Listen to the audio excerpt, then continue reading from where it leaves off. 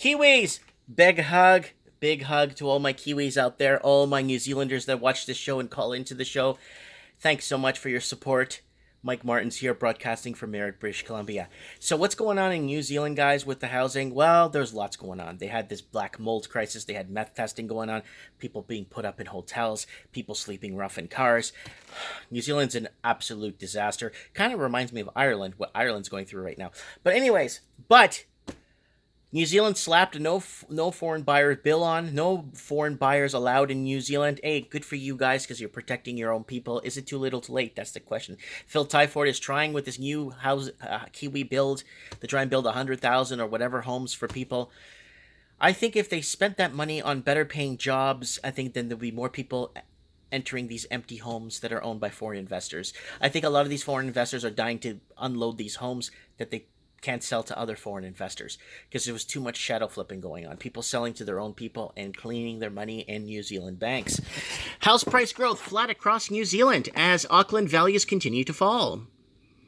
Growth in the house values nationwide has slowed almost to a stop. The Quotable Value House Price Index rose 0.1. Woo! Woo!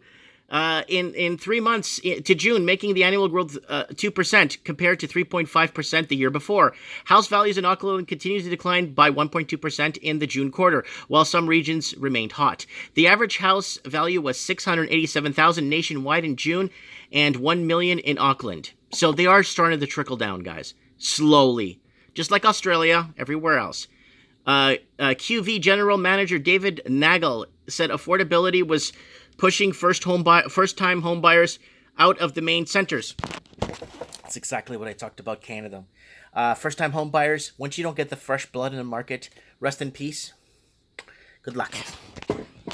It is the outskirts of the city centers that continue to see plenty of activity, particularly from first-time buyers, he said.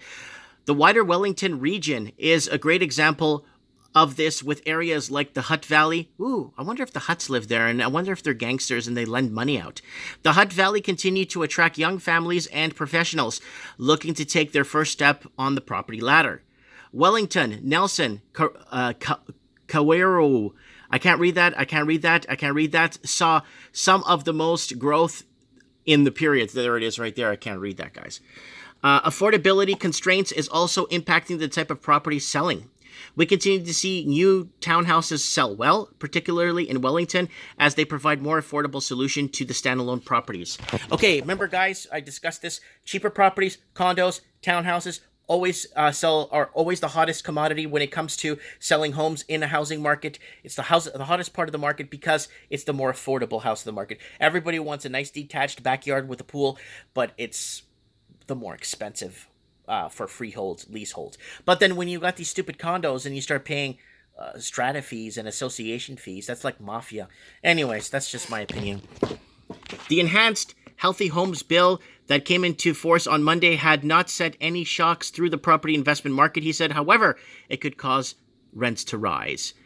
Kelvin, a senior research analyst at property research firm CoreLogic, said that the market, Auckland, was patchy, with prices still rising in the south and west of the city, while the more expensive areas in the northeast were feeling the pinch. But there is still support for the market, with undersupply of housing in the city, low unemployment, and low mortgage rates.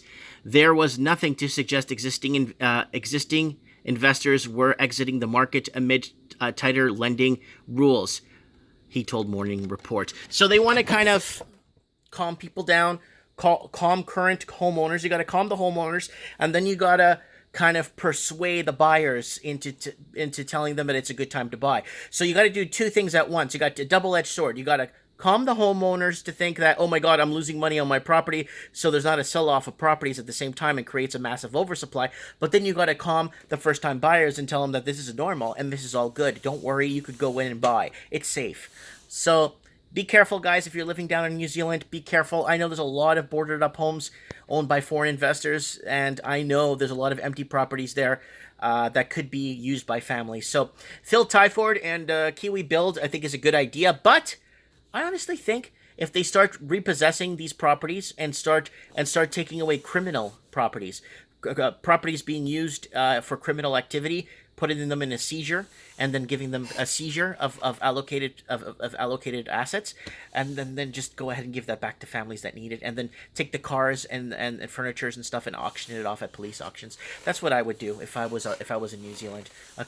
Bad criminal act. I'm not talking about like some kid selling pot out of his bedroom. I'm talking about like, you know what I mean. Anyways, comment below. Let me know. Let me know what you guys think. If you want to support me on Patreon, go ahead. Buy me a coffee on Patreon. Click on Patreon. $1 a month buys me a coffee. Thanks for your support. Big hug to everybody down in Kiwi land. To you guys, and I know it's pretty frigid down there. Don't forget to call in on trends in the housing market for my live housing show Wednesday night, 7 p.m. Western Seaboard, LA County time. Okay, guys, don't forget that. Thanks for watching, and don't forget to hit the subscribe button.